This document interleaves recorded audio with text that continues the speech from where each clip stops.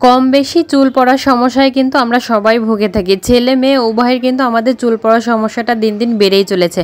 তো আজকে এমন একটি ভিডিও আপনাদের সাথে শেয়ার করব যেটা কিনা আপনাদের খুবই উপকারে লাগবে। এই তেলটা ব্যবহারের ফলে আমার চুল পড়া একদমই কমে গেছে, আর চুল আগের থেকেও বেশ অনেকটা লম্বা হয়েছে। তো ভাবলাম আপনাদের সাথে শেয়ার করি।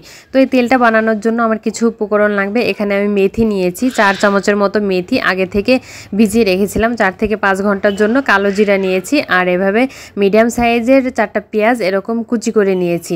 সবচেয়ে গুরুত্বপূর্ণ যে উপকরণ সেটা হলো নারকেল তেল। আপনারা যেই তেলটা ব্যবহার করেন সেই তেলটাই এখানে দিতে পারবেন। আমি এখানে নারকেল তেল দিচ্ছি, আপনারা চাইলে কিন্তু সরিষার তেলটাও দিতে পারেন। তো প্রথমে কালো জিরাটা একটু গুঁড়ো করে নিয়েছি, তারপর এখানে আমি মেথি দিয়েছি। কালো জিরাটা একটু গুঁড়ো করে নিলে ভালো হয়, কারণ মেথির সাথে দিলে একসাথে ব্লেন্ড ভালো হয় না। তো তারপরে পেঁয়াজ, মেথি আর এই যে কালো জিরা সব কিছু একসাথে সুন্দর মতো একটু ব্লেন্ড করে নিয়েছি। একটু আস্তে আস্তে থাকলেও সমস্যা নেই।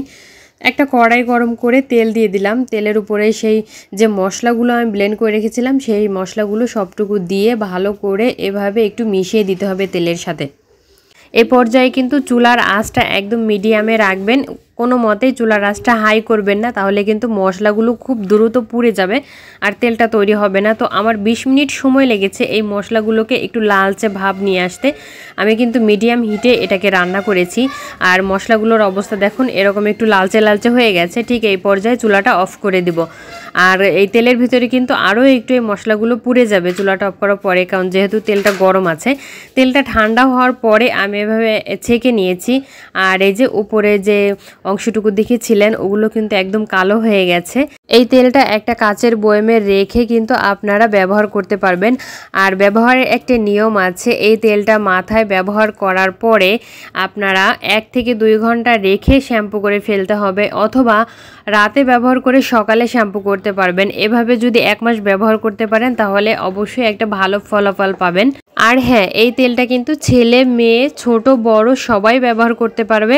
আমি ব্যবহার করি, আমার বাচ্চারাও কিন্তু এই তেলটা ব্যবহার করে। আপনারা যদি বাচ্চাদের ক্ষেত্রে নারকেল তেলটা না দিতে চান তাহলে কিন্তু সরিষার তেলটা দিয়ে এই তেলটা তৈরি করতে পারেন। চেষ্টা করবেন তেলটা কাচের বয়মে রাখার জন্য, তাহলে কিন্তু তেলটা অনেক দিন পর্যন্ত ভালো থাকবে। ভিডিওটি ভালো লাগলে অবশ্যই লাইক, শেয়ার ও কমেন্ট করতে ভুলবেন না। আজকের মতো এখানে বিদায় নিচ্ছি। সবাই ভালো থাকবেন, আমাদের জন্য দোয়া রাখবেন। আল্লাহ হাফেজ।